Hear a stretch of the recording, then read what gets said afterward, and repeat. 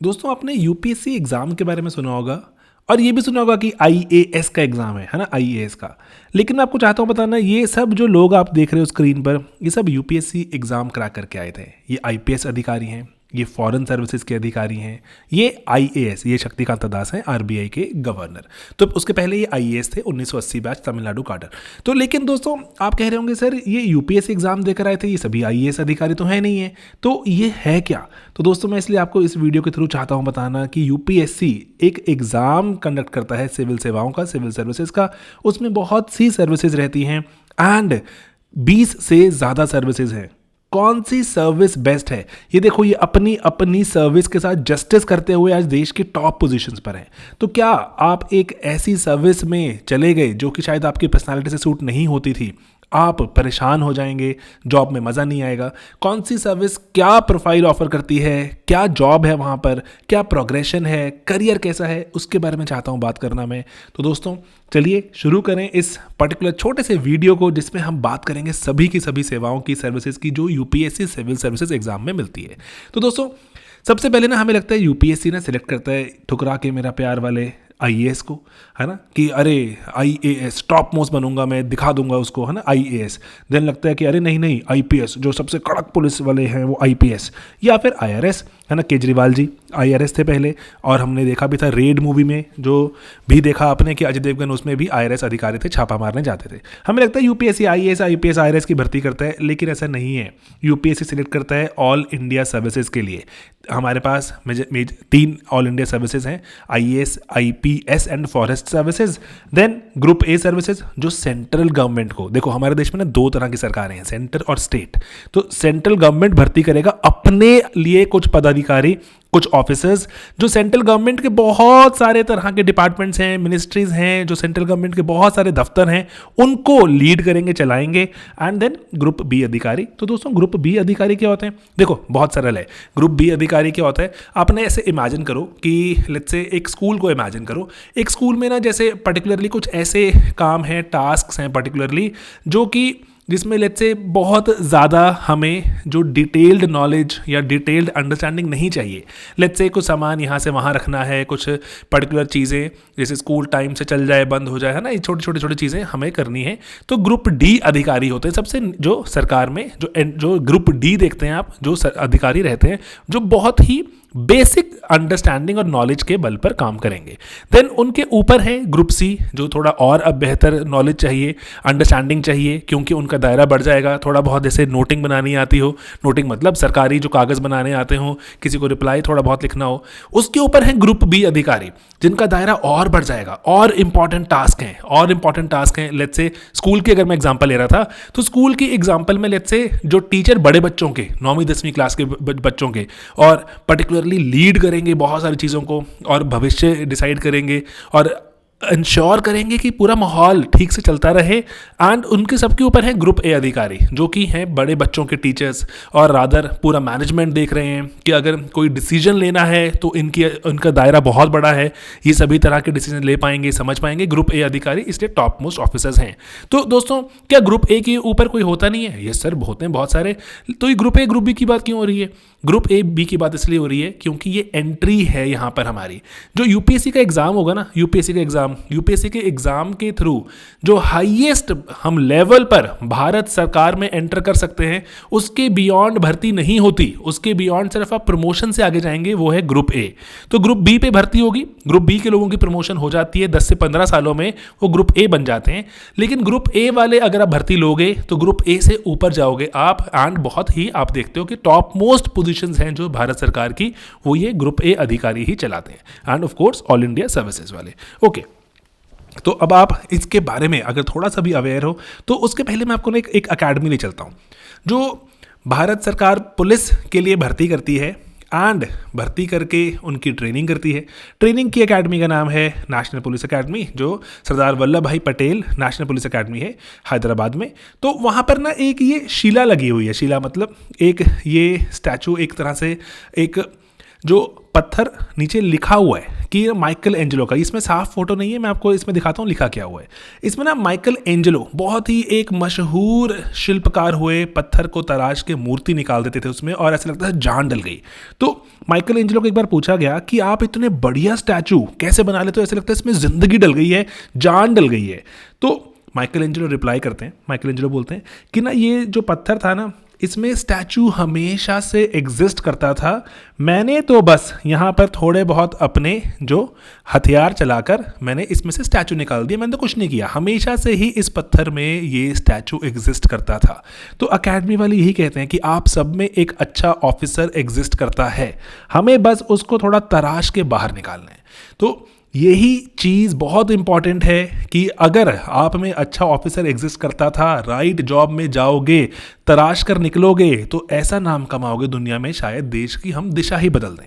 तो दोस्तों ऐसे ही चीज़ लबासना बहुत ही फेमस है, लाल बहादुर शास्त्री अकेडमी जो हमारी नेशनल एडमिनिस्ट्रेटिव अकेडमी है मसूरी में, वहाँ पर लिखा हुआ है शीलम परम भूषणम। शीलम मतलब हमारा चरित्र, हमारा कैरेक्टर, हमारा मॉरल जो हम डेमिनर है उसकी बात करते हैं। ये सबसे बड़ा आभूषण है, सबसे बड़ा गहना है, कोई महंगा, कोई ब्रांड, कोई सोने चांदी के आभूषण आपको इतनी इज्जत नहीं दिलाते जितना आपका चरित्र दिलाता है।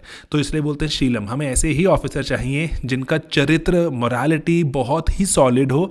हमें देश में बहुत सारे काम करने हैं, गरीबी मिटानी है, बच्चों को पढ़ाना है, हेल्थ अच्छी देनी है, अच्छा पानी, अच्छी हवा देनी है। तो अगर इमोरालिटी से भरे अफसर आ गए दिक्कत हो जाएगी। तो इसलिए शीलम परम भूषणम ये भी वहाँ लिखा हुआ है। बहुत ही एक अच्छा, एक मोटिवेटिंग और एक जो एक मूविंग सा वर्ड है, तो मेरे को लगा आपसे शेयर करता हूँ। तो दोस्तों इसी के साथ यूपीएससी में कौन सी सेवाएं दी जाती हैं, सर्विसेज ऑफर की जाती हैं, सेवाएं नहीं सर्विसेज ऑफर की जाती हैं, एंड उनके टाइप्स क्या हैं, एंड देन कोई जॉब प्रोफाइल के बारे में आइडिया मिल जाए तो बेहतर आप डिसीजन ले पाएंगे जीवन में। सैलरीज वैसे बदलती रहती हैं, नए नए बे कमीशन आएंगे तो सैलरीज ऊपर नीचे होती रहेंगी, बदलती रहेंगी। ओके, देखो दोस्तों, सबसे पहले ना देश में है 3 ऑल इंडिया सर्विसेज। इसमें ऑल इंडिया सर्विसेज का एक कानून है, भारत सरकार ने बनाया है। भारत सरकार का मतलब है कि सेंट्रल गवर्नमेंट पार्लियामेंट ने कानून बनाया, सेंट्रल गवर्नमेंट रिक्रूटमेंट करता है, भर्ती करता है, एंड स्टेट्स में भेज देता है वेरियस ऑफिसर्स को, स्टेट्स की गवर्नेंस को अच्छे से चलाने के लिए। ठीक है, तो अब कौन से हैं वो? IAS सबसे सबसे सबसे ऊंचे हैं इनमें IAS। आप देखेंगे ना दुनिया में, जैसे हमारे देश में पर्टिकुलरली जितने भी टॉप विभाग हैं, चाहे जो अगर आप देखेंगे लॉ एंड ऑर्डर के मेंटेनेंस के लिए पुलिस का काम है ना, लॉ एंड ऑर्डर मेंटेन करना। तो लेकिन आप देखेंगे जो पुलिस का भी जो टॉप अधिकारी होगा वो होम सेक्रेटरी को ही रिपोर्ट कर रहा होगा। होम सेक्रेटरी कौन है दोस्तों? IAS। ओके, देन हम आगे देखेंगे IRS के बाद रेवेन्यू का जो सेक्रेटरी होगा, और जो आप देखेंगे जो सारा का सारा रेवेन्यू का जितना भी जो सिस्टम होगा वो रिपोर्टिंग अंत में किसको करेगा? रेवेन्यू सेक्रेटरी को, वो भी होगा IAS। तो इसीलिए IAS जो अगर आप देखें 800-900 के आसपास भर्ती निकलेगी, उसमें से 170-80 के आसपास IAS की भर्ती रहती है। तो आप देखते हैं कंपटीशन बहुत इंटेंस होता है, ये टॉप मोस्ट जॉब्स हैं। एंड देन लेकिन पुलिस सर्विस, पुलिस है लॉ एंड ऑर्डर, जनता के बीच में रहने वाली जॉब, जो जनता आपको पहचानती है। अगर आप अच्छा काम करते हैं suddenly you become very famous, तो इसीलिए जो पुलिस का भी काम भी है। देन है फॉरेस्ट, जो ग्रेजुअली जैसे हमने देखा हमारे देश में फॉरेस्ट, क्लाइमेट चेंज की बात तेज होती जा रही है, तो फॉरेस्ट सर्विसेज भी अभी देखते हैं हम और इंपॉर्टेंट होती जा रही हैं। देन इसके सिवा हमारे, वैसे आपको मैं चाहता हूँ बताना, 2 और हमारे ऑल इंडिया सर्विसेज बनाने का प्रावधान है, लेकिन बनाई नहीं गई अभी तक। ओके ठीक है, तो 3 ही है हमारे देश में। Then group A services, Bharat सरकार सेंट्रल गवर्नमेंट को जो टॉप मोस्ट ऑफिसर चाहिए ग्रुप ए सर्विसेज में आते हैं, जो बाहर जाके काम करेंगे। फॉरेन सर्विसेज, कुछ देश हमारे देश में भी रहते हैं ये फॉरेन सर्विस के ऑफिसर्स। एंड देन रेवेन्यू के, जिसमें कस्टम है, कस्टम मतलब GST वगैरह जैसे आप देखते हैं, इनके भी ऑफिसर्स चाहिए। पूरा सिस्टम देखो, जो रेवेन्यू का सिस्टम है ना, रेवेन्यू का सिस्टम पूरे देश में फैला हुआ है। इतना इतना इतना जो एक बारीक तंत्र है ये, पूरे देश में रेवेन्यू से ज़्यादा आपको दफ्तर कहीं नज़र नहीं आते। एंड देन जो इनडायरेक्ट टैक्सेस की बात करते हैं, इनकम टैक्स है ना, जो आप कमाई करते हैं उस पर भी आपको टैक्स देना होता है, इनकम टैक्स, इसके भी दफ्तर बहुत सारे एग्जिस्ट करते हैं। कॉर्पोरेट जैसे कंपनियां प्रॉफिट कमाएंगी, टैक्स चुकाएंगी ना। ओके, देन रेलवे इंपॉर्टेंट है, कुछ अकाउंट्स की चीज़ें हैं, एंड देन कुछ और भी सेवाएं हैं। देन ग्रुप बी भी है, मैंने आपको बताया। ग्रुप बी में डानिक्स एंड डानिप्स इंपॉर्टेंट है। डानिक्स इसमें देखो, समझ के देखो, अपना आप ना एग्जाम्पल अज्यूम करो कि लेट्स से आप यूपी में रहते थे या गुजरात में या तेलंगाना में, कहीं भी आप अज्यूम करें, वहाँ की स्टेट के गवर्नमेंट्स भी अपने अपने लेवल पर रिक्रूटमेंट करती हैं, अफसर भर्ती करती हैं। लेकिन वो भर्ती करती हैं, लेकिन कुछ ऐसी जगहें हैं हमारे देश में जैसे डी से दिल्ली, डी से दमन दीव, डी से दादर नगर हवेली, ये and then AN Andaman Nicobar Lakshadweep, ये ऐसी जगहें हैं, इनको भी तो अफसर चाहिए। तो ये कैसे भर्ती करेंगे सर? ये अपने आप खुद भर्ती कर लें सर। लेकिन ये तो यूनियन टेरिटरीज़ हैं, सेंटर की टेरिटरीज़ हैं, सेंटर की टेरिटरीज़ है, दैट मीन्स अगर भर्ती करनी है इन पर तो सेंटर ही करेगा। तो सेंटर की भर्ती करने की एजेंसी UPSC है, तो UPSC ने जो अपने कुछ अगर ग्रुप B लेवल की भर्ती का काम भी UPSC को ही सौंप दिया। सिमिलरली पौंडीचेरी या पुडुचेरी में भी यही सेम हमें देखने को मिलता है।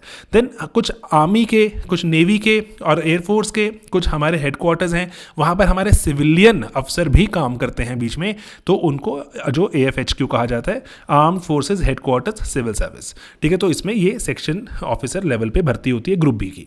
ओके, देन अब ना दोस्तों, अगर आपको समझना है ना ठीक से भारत सरकार को, तो ना ये 4 तरह की ही इंपॉर्टेंट सर्विसेज हैं हमारे देश में, उसकी तरह से समझना, आपको ना जॉब प्रोफाइल एकदम से क्लियर हो जाएगी। सबसे पहली है एडमिनिस्ट्रेटिव। दोस्तों, एडमिनिस्ट्रेशन चलाना, पूरा हमारा जो देश है, देश को अगर हम देखें डिवाइड किया गया बहुत सारे स्टेट्स में, स्टेट्स की आगे फर्दर डिवीजन होती है डिविजन्स में, डिविजन्स को हम फर्दर देखते हैं डिस्ट्रिक्ट्स में, डिस्ट्रिक्ट्स नीचे देखते हैं सब डिविजन्स में। तो ये प्राइमरीली स्टेट जो है, स्टेट के नीचे डिविजन्स, डिविजन्स के नीचे डिस्ट्रिक्ट्स, डिस्ट्रिक्ट्स के नीचे सब डिवीजन। अब इन सबको ठीक से चलाना अकॉर्डिंगली, जैसे आप देखेंगे तो कौन चला रहा है इनको, IAS अफसर, कि ठीक से चल रहा है कि नहीं चल रहा है, सेवाएं बहुत सारी देनी है, हमने बहुत सारी सरकार ने स्कीम्स निकाली हैं, स्कीम्स ठीक से इंप्लीमेंट हो रही हैं कि नहीं हो रही हैं, पॉलिसी ठीक से बन रही है नहीं बन रही है ना। तो IAS अधिकारी इसलिए ही बहुत ही पावरफुल एक और बहुत ही इंपॉर्टेंट, अहम, इम्पैक्टफुल जॉब रहती है। और बहुत सारी सरकार की एजेंसीज हैं, सरकार के जो PSUs हैं, जो PSU का मतलब सरकार की कंपनियां हैं, फैक्ट्रियां हैं, उनको भी तो लीड करना है IAS अधिकारी आपको नजर आएंगे। तो उसके बाद है दोस्तों रेलवे। रेलवे इतना बड़ा एक हमारे यहाँ पे डिपार्टमेंट, मिनिस्ट्री के जैसे हमें नज़र आता है कि इतने सारे लोगों को जॉब देता है, इतने सारे लोगों के लिए एक इम्पॉर्टेंट सोर्स ऑफ मूवमेंट है। तो इसीलिए रेलवे में, पहले देखो मैं आपको समझाता हूँ क्विकली, ये रेलवे मैनेजमेंट सर्विसेज होती क्या हैं। तो देखो 8 तरह के हमारे रेलवे में सेवाएं थी पहले, जिसमें से 3 थी नॉन टेक्निकल, 5 थी टेक्निकल। जैसे टेक्निकल में civil engineer, mechanical engineer, engineer है ना, ऐसे जो 5 जो इंजीनियरिंग या फिर टेक्निकल सेवाएं थी, 3 नॉन टेक्निकल। नॉन टेक्निकल में कौन सी थी? एक हमारे पास थी इंडियन रेलवे पर्सोनल सर्विसेज। जो पर्सोनल मतलब जो लोग भर्ती हो रहे हैं, अफसर भर्ती होंगे और जो भी बहुत सारी जगहों पे भर्ती होंगे, पर्सोनल, जनता से मैनेजमेंट करना। और इवन जो रेलवे में ना बहुत ज़्यादा लोग जो काम करते हैं, पर्सोनल्स मतलब ह्यूमन रिसोर्स काम करता है, उसके लिए डिपार्टमेंट था IRPS, पर्सोनल सर्विसेज। देन एक था ट्रैफिक सर्विसेज, जो कि सबसे ही अहम डिपार्टमेंट था पूरे रेलवे के ट्रैफिक को मैनेज करने वाला, ठीक है। एंड ये जो IRTS, जो personnel services and account services, railway के अकाउंट्स को मैनेज करना, इन तीनों को मर्ज करके और एक ओवरऑल एक अथॉरिटी ऐसे बनाने की बात की गई जो रेलवे को मैनेज करे, इंडियन रेलवे मैनेजमेंट सर्विसेज। तो IRMS को पहले ना UPSC कह रहा था अलग एग्जाम से कंडक्ट करेगा, लेकिन बाद में प्लान ड्रॉप कर दिया गया। अभी UPSC के सिविल सर्विसेज एग्जाम के थ्रू ही IRMS की भर्ती भी होती है, इंपॉर्टेंट सेवा। देन हमारे पास है फॉरेन सर्विस। जैसे जैसे देश हमारा ग्रो करेगा, इकोनॉमी बड़ी होती जाएगी, वैसे वैसे यू विल सी कि हमारे फॉरेन के जो दफ्तर हैं, हमारे नागरिक बाहर रहते हैं, उन सबको भी अच्छी एक सेवाओं की रिक्वायरमेंट है। भारत सरकार की उपलब्धि दिखे वहाँ पर, भारत सरकार वहाँ पे उनके लिए कुछ हेल्प करे, भारत सरकार हमें प्रमोट करे, भारत को प्रमोट करे, ठीक है, बाहर के देशों में। तो इसीलिए फॉरेन सर्विसेज भी इंपॉर्टेंट है। एंड इसीलिए एक इंपॉर्टेंट हमारे देश के बाहर हमारी जो एडमिनिस्ट्रेशन ठीक से चलती रहे, लोगों को अगर कोई हमारे नागरिकों को या किसी और को भी अगर ठीक से अगर सेवाओं की रिक्वायरमेंट है, वो हेल्प कर पाए। जैसे यूक्रेन में युद्ध हुआ, तो वहाँ से लोगों को निकालना था, बच्चों को निकालना था, तो IFS अधिकारी एक्टिव हो गए बहुत रैपिडली। अच्छी हमारी एडमिनिस्ट्रेशन वहाँ पर हमें देखने को मिली।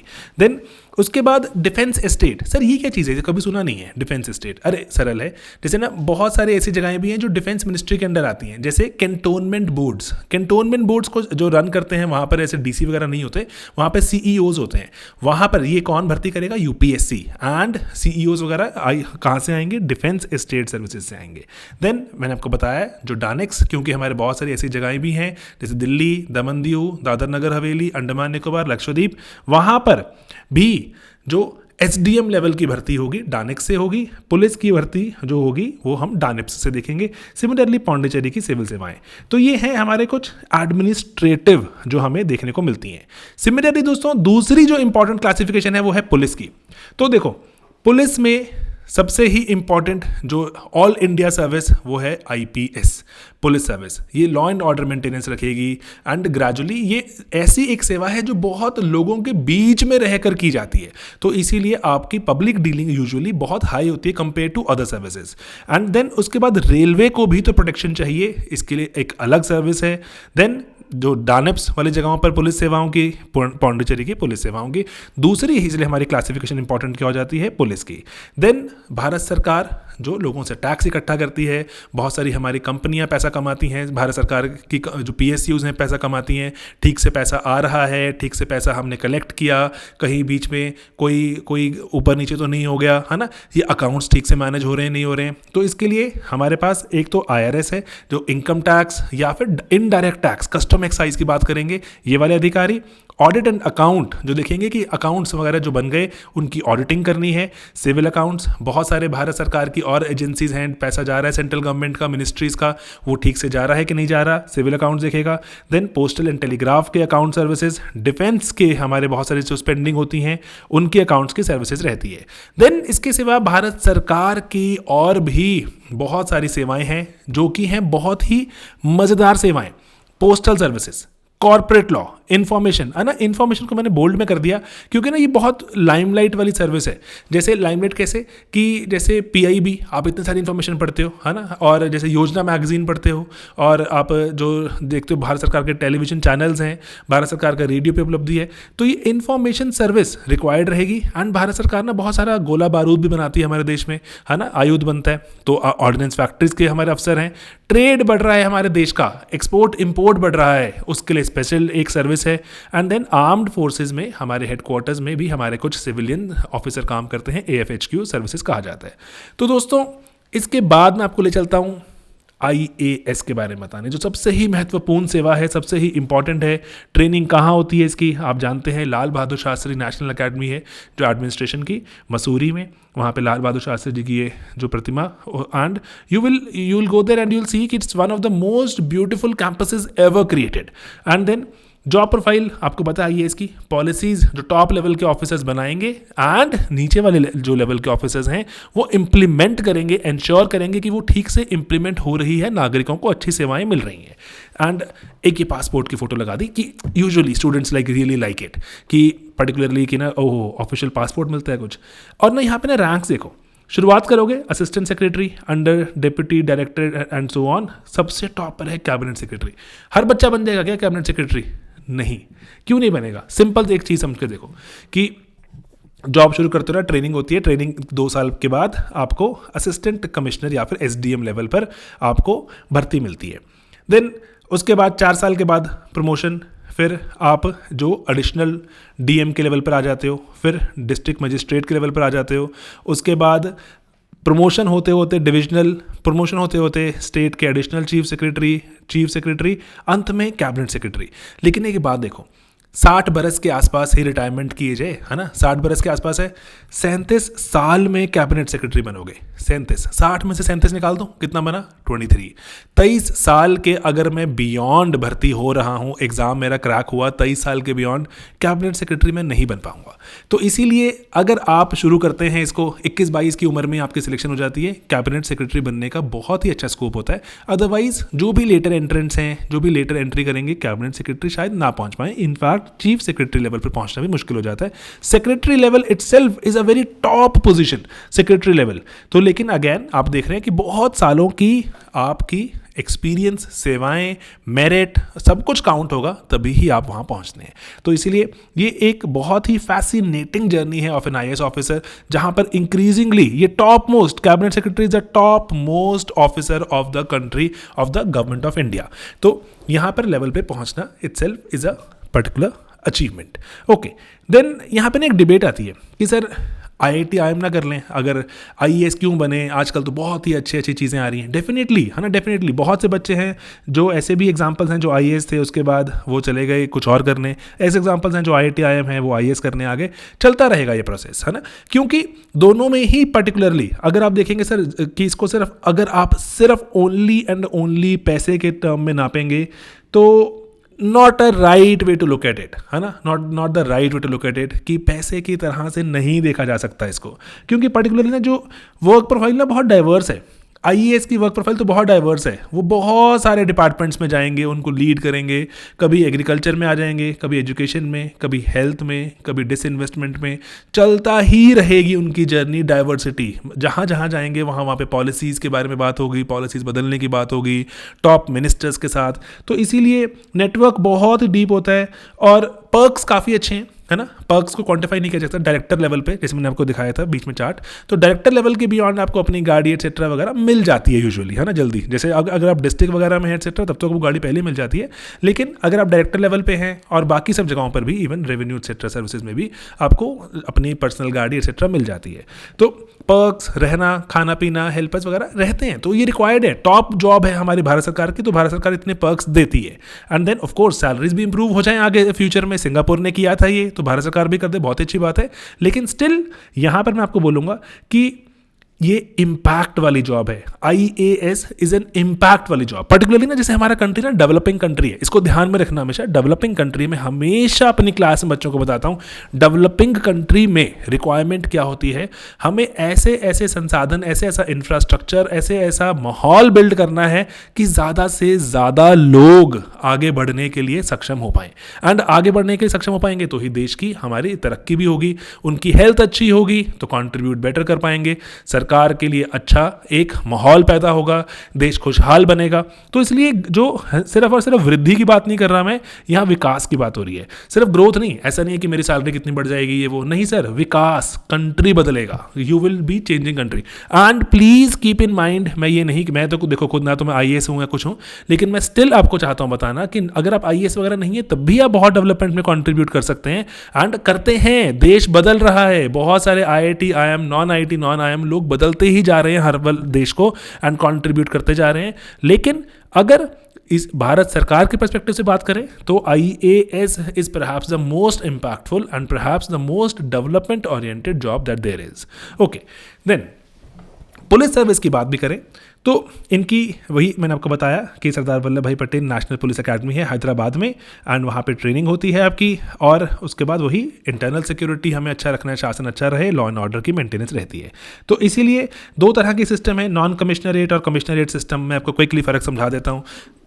यूजुअली जो IAS अधिकारी होता है वहाँ पर आपका जो DC होगा, है ना, डिस्ट्रिक्ट लेवल पे जो कमिश्नर होंगे, तो उन्हीं पर लॉ एंड ऑर्डर की जिम्मेदारी रहती है। मोस्ट ऑफ द स्टेट्स ऐसे काम करती हैं, मोस्ट ऑफ द स्टेट्स की मोस्ट ऑफ द डिस्ट्रिक्ट्स ऐसे ही बने हैं एंड सिटीज़ ऐसे ही चलती हैं, जहाँ पर IAS अधिकारी ही अल्टीमेटली से कोई दंगा फसाद हो जाता है, धारा 144 लागू करनी है, तो उस पर्टिकुलर केस में हमें DC से पूछना पड़ेगा, DC के साइन होके आ जाएंगे तो पुलिस धारा 144 लागू कर देगी एंड 5 से ज़्यादा लोगों की वहाँ पर असेंबली नहीं हो सकती, अनलॉफुल हो जाती है। लेकिन कई बार ना सिचुएशन बहुत तेज़ी से बदलती है, शहर बड़े होते हैं और जो ये लॉ एंड ऑर्डर की दिक्कत ऐसे हो सकती है कि आपको तेज़ी से काम करना है, तो वहाँ पर ना कमिश्नरेट सिस्टम बनने शुरू हो गए। कमिश्नरेट सिस्टम में इसीलिए कमिश्नरेट सिस्टम में बिल्कुल ही एक सिंपल सी चीज़ क्या होती है कि जो टॉप मोस्ट आला अधिकारी है पुलिस का, उसको उसी से परमिशन लेनी है, उसको किसी से परमिशन नहीं लेनी कि 144 लगा दूं कि ना लगाऊं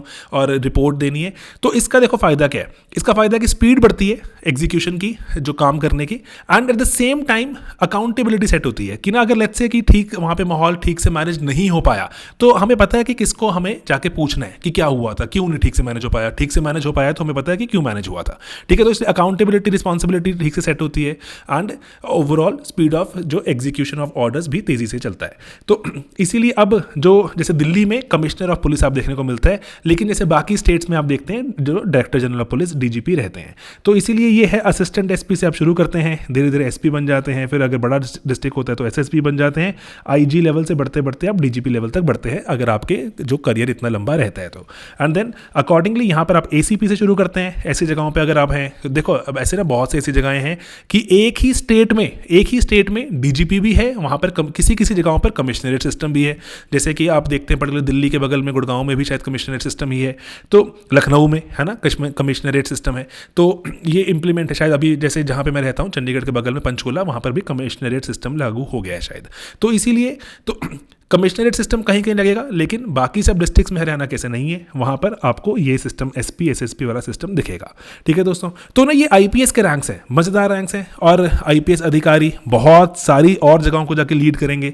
बहुत सारी हमारी जो आर्म्ड पुलिस फोर्सेज हैं उनको लीड करते हैं, रॉ को लीड करेंगे, आईबी को लीड करेंगे, है ना, सीबीआई को लीड करेंगे, और जो सीआरपीएफ और जो एनआईए इन्वेस्टिगेशन एजेंसी है, बीएसएफ, सीआईएसएफ, सबको लीड करते करते ही आगे बढ़ेंगे।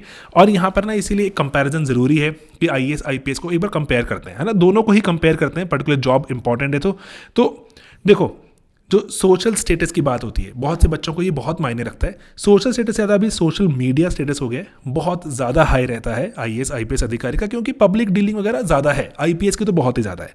मंगलाकार, हेल्पर वगैरह ऑफ कोर्स मिलेंगे ही मिलेंगे आपको, क्योंकि ये एक टॉप पोजीशंस है। भारत सरकार चाहती है कि टॉप टैलेंट अट्रैक्ट हो, तो ये सुविधाएं दी जाती हैं। एंड नेटवर्क तो ऑफ कोर्स आपका जो आप you will be meeting the top people of the state, of the district, of the area. And work diversity बहुत एक्सट्रीम है, आईएएस की बहुत ही ज़्यादा है, आईपीएस की रिलेटिवली उससे कम, लेकिन यस बाकी सर्विसेज से ज़्यादा। ओके, अब वर्क लाइफ लेकिन कॉम्प्रोमाइज ही रहता है, ट्रांसफर्स रहेंगी, बहुत फ्रीक्वेंटली पोस्टिंग बदलती हैं, परिवार के साथ मूव करना है, अकेले मूव करना है, चिंता रहेगी। आईपीएस की ड्यूटी कभी छुट्टी नहीं होती, 24/7 ड्यूटी पर हैं, कभी कोई दंगा फसाद ना हो जाए, ऑर्डर लेना पड़े एटसेट्रा। रैपिड, बहुत रैपिड चलता है पुलिस का काम। एंड पब्लिक हॉलीडेज नहीं होती हैं। पब्लिक हॉलीडेज जो हैं वो आपके पुलिस अधिकारी अगर हैं तो आप तो बिल्कुल ही हॉलीडेज नहीं ले सकते, ठीक है, क्योंकि जैसे 26 जनवरी की छुट्टी है, बाकी सब लोग आराम से घर बैठ के परेड देखेंगे, लेकिन पुलिस वाले इंश्योर करेंगे कि लॉ एंड ऑर्डर, क्योंकि आज ज़्यादा लोग छुट्टी पर हैं, हो सकता है घूमने फिरने निकलें, हो सकता है बाहर निकलें, तो माहौल ठीक रहे, 15 अगस्त को माहौल ठीक रहे, इसीलिए पुलिस वालों की जो उस दिन जो हॉलीडेज़ के दिन काम बढ़ जाता है। तो इसीलिए वर्क लाइफ का यहाँ पे थोड़ा रहेगा, क्योंकि टॉप जॉब भी है, आप रिस्पॉन्सिबल भी ज़्यादा चीज़ों के लिए हैं, आपको लोग जो आप पे ज़्यादा डिपेंडेंट भी हैं, तो इसीलिए ये चीज़ तो आपको दिमाग में लेके चलनी होगी। देन फॉरेस्ट, इस पर मैं ज़्यादा बात नहीं करूंगा क्योंकि पर्टिकुलरली फॉरेस्ट एक अलग तरह की चीज़ है, लेकिन स्टिल हमारे देहरादून में ही जैसे देखें अगर आप, तो वहाँ पर ही अकेडमी है एंड इंपॉर्टेंस बढ़ती जा रही है फॉरेस्ट ऑफिसर्स की। क्लाइमेट चेंज एक्सेट्रा होगा, भारत सरकार की नई नई स्कीम्स आएंगी, और जो मिनिस्ट्री ऑफ हमारी environment, forest and climate change हो चुकी है। इसी कारण से आप देखेंगे कि फॉरेस्ट ऑफिसर्स फ्यूचर में भारत किस तरह से बढ़िया प्रगतिशील देश कहलाएगा, या फिर क्लाइमेट चेंज के चलते हम बहुत ही पिछड़ जाएंगे, ये ऑफिसर्स डिसाइड करने वाले हैं। कि हमारे जो जीव जंतु, हमारे देश के वन, हमारे देश में बहुत से जो गरीब लोग हैं जिनके लिए ईंधन वगैरह ही अभी कहाँ से मिलता है, फॉरेस्ट से, वुड से मिलता है, तो क्या वो इंश्योर कर पाएंगे कि नहीं? तो हमारे देश की सस्टेनेबिलिटी फ्यूचर में क्या है, ये फॉरेस्ट ऑफिसर्स पे बहुत जिम्मेवारी बढ़ जाएगी। तो इसीलिए जो फॉरेस्ट की पॉलिसीज़, लॉ इन्फोर्समेंट वगैरह, इनको मैनेज करना है। एंड सैलरीज में ऑफकोर्स कोई ऐसी कमी नहीं है, सभी के 8 पार ही सैलरीज है। अब सेंटर सर्विस में एक बहुत ही महत्वपूर्ण सर्विस है हमारे पास, foreign services. Sushma Swaraj institute है दिल्ली में, वहाँ पर ही ट्रेनिंग होती है, भारत के इंटरेस्ट को फॉरेन में बताते हैं।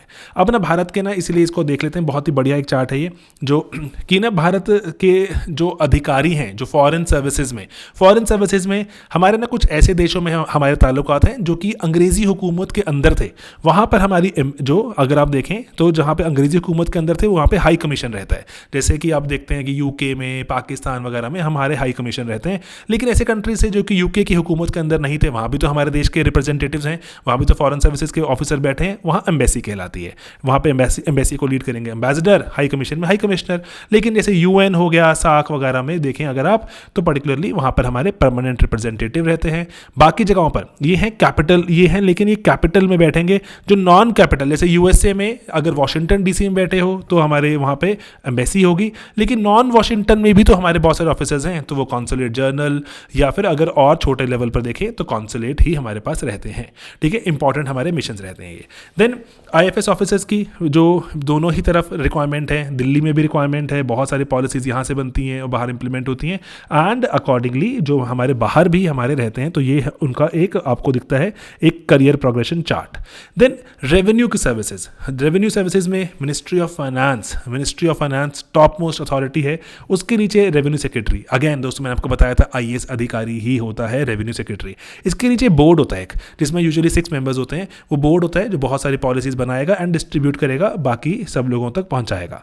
ओके, अब इनकी ट्रेनिंग है इनकम टैक्स वालों की। नागपुर में बहुत ही बढ़िया उम्दा कैंपस है, one of the biggest campuses जो बने हैं किसी के लिए, और टैक्स को ठीक से इम्प्लीमेंट हो रही है पॉलिसी, जनता टैक्स तो नहीं चुरा रही, इस पर काम करना ये इनकम टैक्स ऑफिसर्स की रिक्वायरमेंट जो जॉब रहती है। सिमिलरली जीएसटी बढ़ता ही जाएगा, बहुत से बच्चों की प्रेफरेंस जीएसटी की तरफ चली गई है, तेज़ हो गई है, इनकम टैक्स से मूव करके वो जीएसटी की प्रेफर करना चाहते हैं। फरीदाबाद में अकेडमी है, लेकिन नई अकेडमी की बात हो गई है, शायद वो बन भी चुकी है। नई अकेडमी आंध्र प्रदेश में लागू होगी, लेट्स सी कि कब बन जाएगी, कब खुल जाएगी। एंड जॉब प्रोफाइल है वो जैसे GST, custom, excise, even narcotics को पकड़ना, और बहुत सारे आप देखते हैं कि जो एयरपोर्ट वगैरह पे जो वसूली की गई, और कोई गोल्ड, कोई कुछ बाहर से सामान ऐसा लेकर आ रहा था, तस्करी हो रही थी, उसको पकड़ते हैं। तो ये बहुत ही एक्साइटिंग अगेन ये कि जॉब है। ओके, अब यहाँ पर अगर आप देखें जो टॉप मोस्ट जो जॉब कहलाती है वो सीबीडीटी के मेंबर्स के तहत अगर देखें पीसीसी होता है, प्रिंसिपल चीफ कमिश्नर, एंड शुरुआत करियर की होगी असिस्टेंट कमिश्नर से। या ना देखो ये बहुत सही चीज़ होती है, assistant commissioner, deputy, joint, additional commissioner, then उसके बाद कमिश्नर बन जाते हैं। कमिश्नर के बाद बनते हैं आप प्रिंसिपल कमिश्नर, प्रिंसिपल के बाद बनेंगे चीफ कमिश्नर, एंड उसके ऊपर है प्रिंसिपल चीफ कमिश्नर। अरे भाई वाह, principal chief and principal chief commissioner, ये लेकिन वहीं तक पहुंच पाएंगे अगर करियर में इतने हमारे पास साल बचे हुए थे। ओके, तो इसीलिए चेयरमैन है, उसके नीचे वेरियस हेडक्वार्टर्स हैं जो कि प्रिंसिपल चीफ कमिश्नर चलाएंगे, उसके नीचे डायरेक्टर जनरल्स रहेंगे। ठीक है, एंड देन सबके नीचे डायरेक्टर जनरल्स के नीचे वेरियस फील्ड ऑफिसर्स हैं जो कि चीफ कमिश्नर वगैरह चलाए जाते हैं। पूरी हायरार्की पूरे देश भर में फैला हुआ है हमारे देश में ये जो आईआरएस ऑफिसर्स एंड आईआरएस का पूरा नेटवर्क। तो इसीलिए आप इसको कंपेयर भी कर सकते हैं, सिमिलर लेवल पे ही कंपैरिजन दिखता है हमें। और अगेन आई रिपीट कि ये जो करियर प्रोग्रेशन है बहुत ही, जो देखो रैपिड तो है ही है, लेकिन अगेन अगर आप जल्दी ज्वाइन करते हैं तो आपके पास ये सब ऊंचे ओहदे हासिल करने का एक मौका होता है। तो ये बताना ज़रूरी था, ठीक है, क्योंकि अदरवाइज अगर आप लेटर शुरू करेंगे तो आप ये टॉप पे जा नहीं पाएंगे ना, क्योंकि इतने नंबर ऑफ जो आपके पास साल नहीं होंगे करियर में जो कि आप ऊपर इतना जो लेवल उसको अचीव कर पाएँ।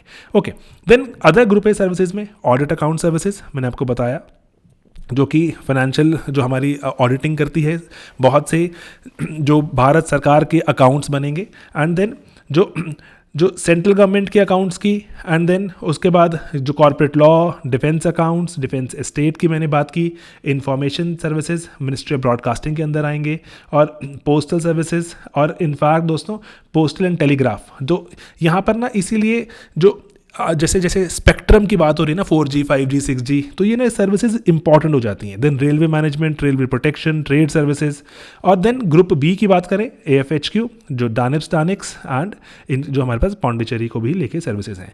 अब यहाँ पे सवाल उठता है हमारे पास कि सर ग्रुप ए और बी में फ़र्क क्या है। तो देखो ग्रुप ए वाले हायर जो भी रोल्स होंगे सभी, ये सभी के सभी ग्रुप ए के पास ही हैं। ग्रुप बी से प्रमोशन होकर भी आप ग्रुप ए में आ सकते हो, एंड लेकिन ग्रुप बी में भी एक मेरे मानने में तो एक बड़ी ही बात होती है, क्योंकि आपकी रिस्पॉन्सिबिलिटी, आपके टास्क्स बहुत ही क्लियरली डिफाइंड है, एंड आपको ऐसे बहुत से काम करने हैं जो कि rather very high responsibility tasks हैं।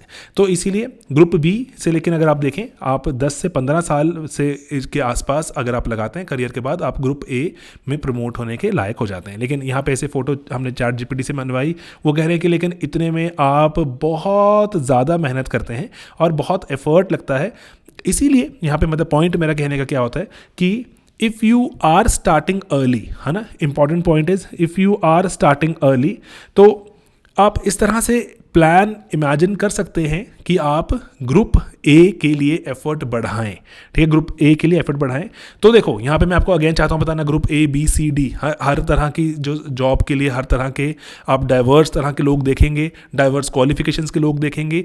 लेकिन एक इंपॉर्टेंट चीज़ क्या होती है कि आप अगर एफर्ट कर रहे हैं और अगर आपने कुछ कॉम्प्रोमाइज़ किया है, हम सोशियोलॉजी में थ्योरी भी पढ़ते हैं, इसके लिए बहुत सारी थ्योरीज हैं वैसे, तो एक थ्योरी ये कहती है कि अगर आप कुछ कॉम्प्रोमाइज़ कर रहे हैं, लेट्स से आप किसी अच्छे कॉलेज के ग्रेजुएट थे, सीए किया हुआ है आपने या कुछ और है ना, अच्छी पढ़ाई की, आईआईटी आईएम से पढ़े हुए हैं, तो आप जॉब पे नहीं जा रहे क्योंकि मुझे एग्ज़ाम क्रैक करना है, तो आप अपनी कंट्रीब्यूशन, आप एक इंपॉर्टेंट चीज़ जो फोरगो कर रहे हो, छोड़ रहे हो, वो है सैलरी।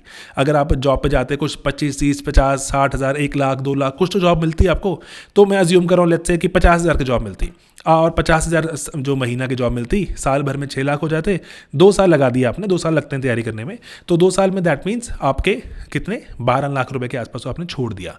तो इसलिए आपने अगर कॉम्प्रोमाइज़ किया है, लेट गो किया है अगर चीज़ों का, तो प्लीज़ मेक श्योर कि हम ऐसा टारगेट करें, जैसे मैं आपको बताया कि टॉप मोस्ट सेवा तो दुनिया में हमारे देश में जो है अभी वो IAS ही है, टारगेट वही करो। लेकिन अगेन आई रिपीट कि IAS IPS IRS डाइवर्स तरह की जॉब्स हैं। एंड यहाँ पे ना देखो एक और चीज़ है, इसलिए आपको एक चीज़ को समझना बहुत ज़रूरी है कि जो ग्रुप ए सर्विसेज में जो जॉब हैं, ये वेरियस भारत सरकार के जो ऑफिसेज हैं, डिपार्टमेंट्स हैं, इनमें ये टॉप बॉसेस बनेंगे। जो रेलवे बोर्ड जो रेलवे का टॉप मोस्ट बोर्ड है, उसके जो हेड हैं वो इस वक्त तो देखें IRTS ऑफिसर हैं। ठीक है, तो रेलवे ट्रैफिक में अभी वो IRMS बन गया है ना। तो इसीलिए मैं कह रहा हूँ कि हर एक चीज़ ही बहुत ही इंपॉर्टेंट है। आप किसी भी तरह से, बस मेरा ये मानना है कि अगर एफर्ट कर रहे हैं तो तेज़ी से अगर एफर्ट करें, ऑर्गेनाइज्ड एफर्ट करें, राइट रिसोर्सेज फॉलो करें, ग्रुप ए ही टारगेट करें। एंड ग्रुप ए में अगर आप जैसे लग रहा है कि यस कहीं पहुंच गए, दोबारा एग्जाम देना चाहते हैं, तो ग्रुप ए में उसके बाद IAS की ही आपको अटेम्प्ट देना चाहिए। ओके, लेकिन again that's my personal perspective. ठीक है, आप में से ऐसे बहुत से लोग हो सकते हैं ऐसा कि जो पुलिस अधिकारी बनना चाहें, आप में से ऐसे बहुत से लोग हो सकते हैं ऐसा जो रेवेन्यू अधिकारी बनना चाहें। और रेवेन्यू अधिकारियों का मुझे पर्टिकुलर लगता है कि बहुत ही एक इंपॉर्टेंट कॉन्ट्रीब्यूशन है इन एंश्योरिंग कि कंट्री ठीक से चलता रहे। और अदर जो जॉब्स भी होती हैं वो मेट्रो सिटीज़ में रहती हैं, और जो काम भी ऐसा है पर्टिकुलरली कि ऐसा नहीं है कि बहुत पब्लिक डीलिंग वाला काम नहीं होता, यस है लेकिन बहुत नहीं होता। अगर आपको उस तरह के काम पसंद है पब्लिक डीलिंग के, तो आपके लिए अलग IAS IPS की जॉब हो सकती है, IPS की पर्टिकुलरली। एंड अगर पब्लिक डीलिंग वगैरह से नहीं है तो ऑडिट एंड अकाउंट बहुत ही बढ़िया जॉब है।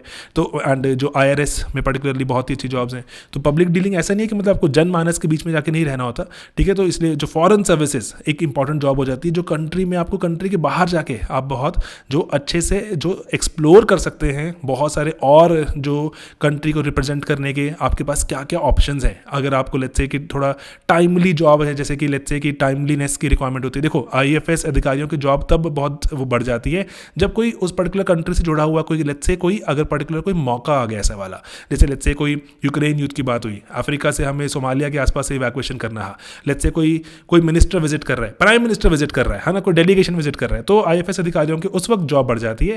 एंड जैसे कंट्रीज हैं कुछ इंपॉर्टेंट कंट्रीज, जैसे फॉर एग्जाम्पल USA UK है ना, यहाँ पर तो यहाँ पे काम बहुत बढ़ जाता है। UN में हमारी कोई पर्टिकुलर लेट्स से भाषण है प्रधानमंत्री जी का, तो UNGA में अगर आप वहाँ पे देख रहे हो, आप कुछ भाषण देने वाला है, तो आपके काम उस मौके बढ़ जाएगा। Otherwise it's a very good job foreign services. तो इसीलिए मेरा आपको काम था ये बताना कि वेरियस सर्विसेज में क्या क्या रहता है, क्या क्या पॉसिबिलिटी हैं, क्या करियर प्रोग्रेशन है, कितने सालों में कहाँ पहुँचोगे, उसके बारे में बताना। तो ग्रुप B से शुरू करते हैं तो हमें 15 के आसपास साल लग जाते हैं ग्रुप A पहुँचने में। एंड इतने में definitely I am telling you a lot of your life will pass. तो इसीलिए शुरू करें अगर तो उसके बाद तो ग्रुप A ही टारगेट करें, एंड ग्रुप A के ऊपर ही अगर आप देखें IAS टारगेट करें। तो मैं इसलिए बस मेरा यही आपसे कहना है। ओके ठीक है, तो इसलिए बाकी मेडिकल रिक्वायरमेंट्स में जो कोई रिक्वायरमेंट्स एज सच नहीं होती, हाइट चेस्ट और ये वो है ना, लेकिन कुछ ऐसे पर्टिकुलर डिजीजेस लिखी हुई हैं जो कि वो कहते हैं कि इनको हम नहीं भर्ती करेंगे।